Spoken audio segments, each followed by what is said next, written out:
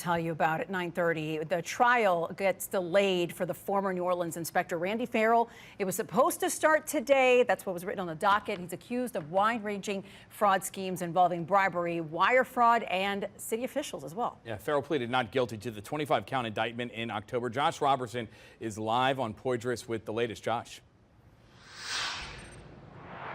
Yeah, hey Lucy, hey Rob. You know, we've been telling you about the potential start of this case all morning long. Again, as you mentioned, it was on the docket, but we learned just a few minutes ago that this trial, this federal trial for the former New Orleans inspector Randy Ferrell has been delayed, has been moved to October 20th of next year. So nearly a year from now is when Ferrell will, according to the dockets now, see his day in court. But as we know, Ferrell was a third-party inspector for the city of New Orleans for years. He stands accused of orchestrating a massive pay-for-play scheme involving permitting, also involving widespread bribery, and as you mentioned, city officials. Now, the federal government has indicted Ferrell and on several counts, about 25 in fact, and says that he received bribes for unlicensed electricians in exchange for filing permits under the names of those licensed electricians that he would then work with. Ferrell also oversaw the inspection company, IECI, that would inspect that work. As we know, state law prevents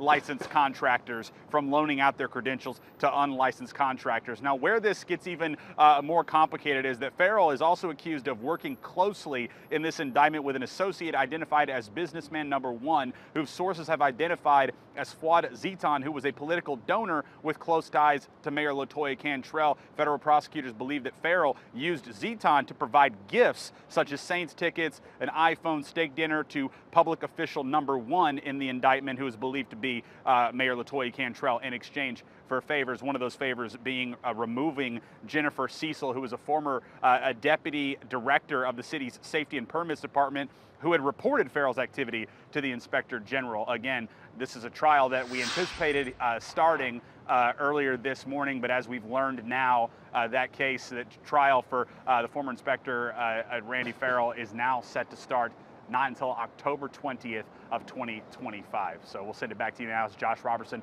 reporting live here in New Orleans for Fox 8 Local First.